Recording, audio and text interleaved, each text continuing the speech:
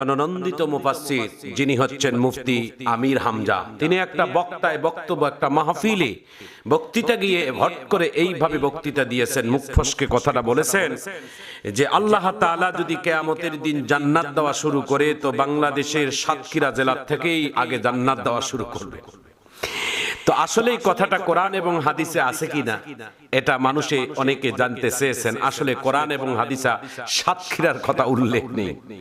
তিনি হয়তো ওই সময় মাহফিলে মন্তব্য করেছেন যে সাতক্ষীরার মানুষ একটু হলো ইমানের দিক থেকে মজবুত, এই কথাটাই বলেছেন, কিন্তু বক্তব্যটা এইভাবে হওয়াটা ঠিক নয়। সাতক্ষীরার থেকেই যে আল্লাহ তাআলা জান্নাত দেওয়া শুরু করবেন এটা কোনো কোরআন হাদিসের ব্যাখ্যা নয়। মুফতি আমির হামজা নিঃসন্দেহে একজন কোরআনের তাফসীর কারক, একজন ভালো সুমিষ্ট ভাষী একজন কোরআনের তাফসীর কারক। তিনি কথাটা বলেছেন, সেই কথাটাকে এখন অ্যাড করে টল বানাচ্ছেন বাংলাদেশের কিছু মিডিয়া।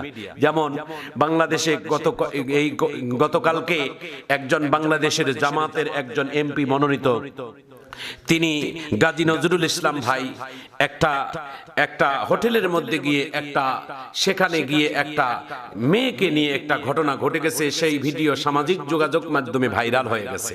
গাজী নজরুল ইসলাম তিনি সাক্ষাৎকারে তিনি বলেছেন, আমার বৈধ স্ত্রী, ইনি আমার বিবাহিত স্ত্রী, এবং অন্য জনেরা বলতেছেন স্ত্রী নন, এটা অন্যায়ভাবে এবং এটা অবৈধভাবে এই কাজটা তিনি করেছেন। এটা এখন রাষ্ট্র, এটা এখন সমাজের দায়িত্ববান এবং প্রশাসনের লোকেরাই তারা প্রমাণিত করবে, এটা আমাদের প্রমাণিত নয়।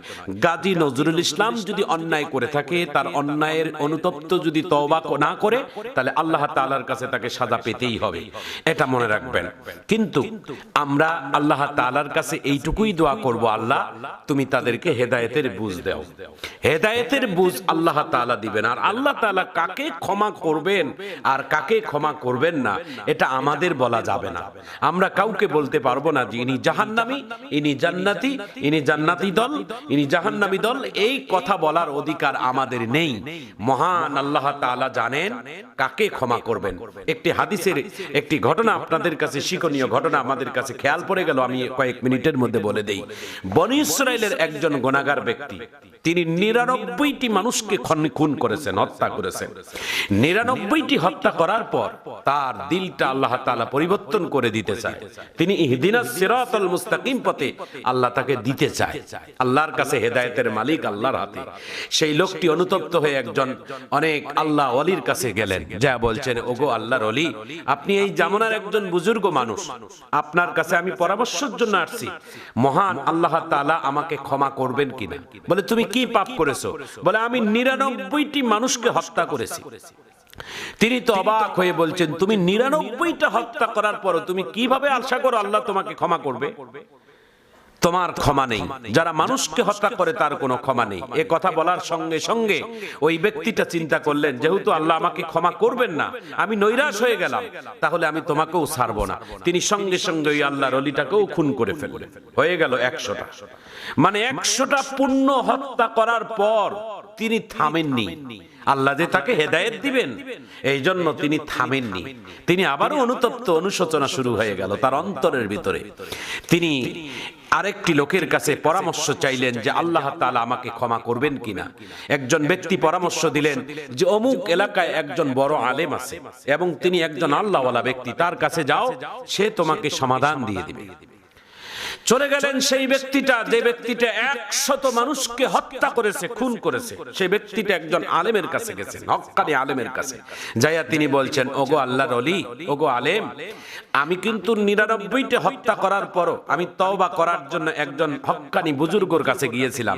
ওই বুজুর্গ যখন বলছে আমার নাকি ক্ষমা নাই, আমি তাকেও হত্যা করে ফেলেছি।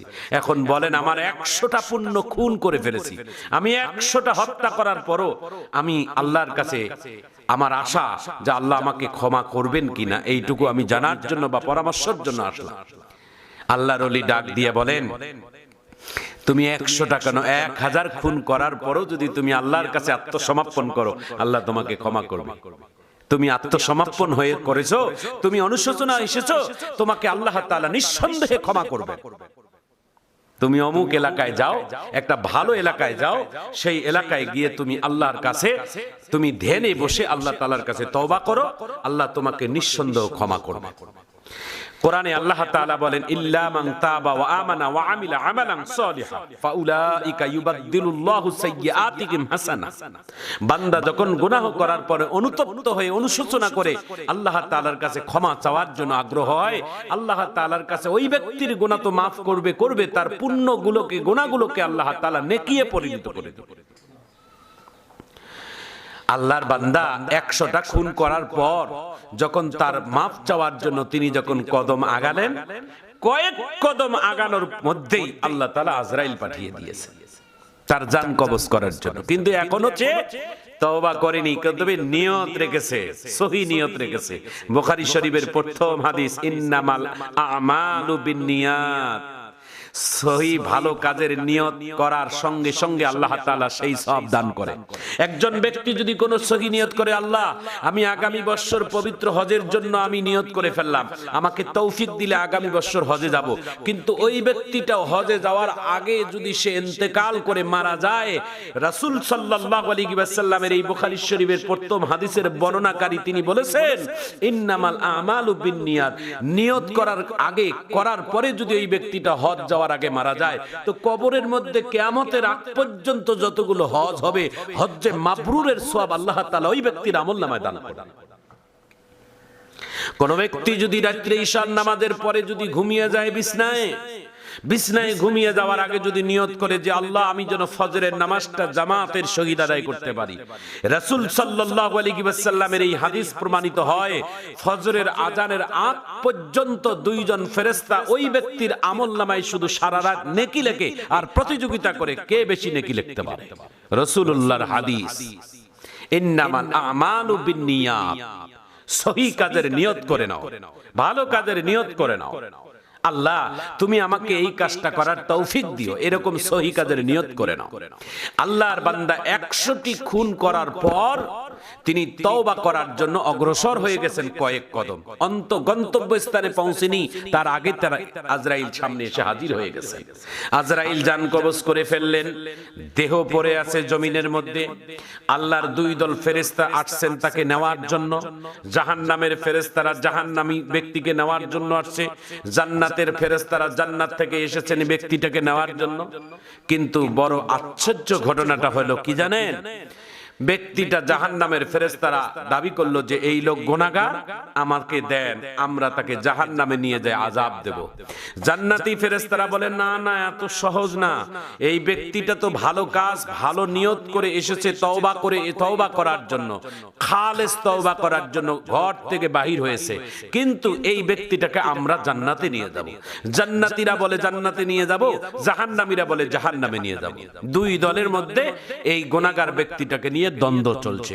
মাঝখানে আল্লাহ তাআলা জিবরাইল পাঠিয়ে দিয়ে সমাধান করার জন্য আল্লাহ সমাধান পাঠিয়েছেন। জিবরাইল মাঝখানে ফেরেশতাদের মাঝে এসে বলছে, এই জাহান্নামের ফেরেশতারা থামো, এই জান্নাতের ফেরেশতারা থামো, সুষ্ঠু সমাধান তোমরা চাও? বলে হ্যাঁ। বলে আমি সুষ্ঠু সমাধান নিয়ে আসছি। বলে কি? বলে এই ব্যক্তিটা যদি ঘর থেকে বাহির হয়ে ভালো কাজের নিয়ত করার জন্য বাহির হয়ে যদি বেশি দূর আসে, তাহলে জান্নাতীরা পাবে তাকে জান্নাতি হিসাবে, আর যদি তিনি অল্প আসে জাহান্নামের অর্থাৎ ভালো কাজের মধ্যে যদি তিনি অল্প আসে, তাহলে জাহান্নামেরা নিয়ে যাবে। ফেরেশতারা বললেন ভালো কথা, তাহলে আমিন হিসেবে আপনি ফিতা ফেলান। সুবহানাল্লাহ।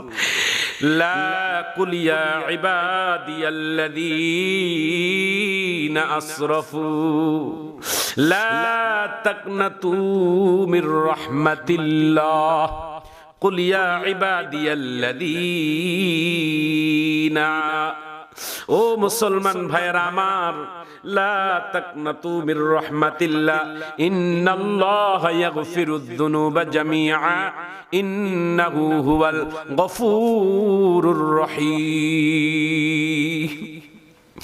আল্লাহ তাআলা ডাক দিয়ে বলেন, হে ফেরেশতা, আমার জমিনটাকে আমার বান্দা যেখান থেকে আসছে একটু সরে যেতে বলো। তার মানে আমার বান্দা যে ভালো কাজের নিয়ত করেছে, এই ভালো কাজের নিয়তের কারণে আমার বান্দা হয়তো কয়েক কদম আসছে একটু ভালো কাজের জন্য, কিন্তু আমি আল্লাহ তাআলা খুশি হয়ে তার ভালো কাজের রাস্তাটাকে একটু দূরত্ব করে দিলাম, যাতে করে আমার বান্দাটা জান্নাতে যাওয়ার জন্য আল্লাহ সহজ করে দেয়।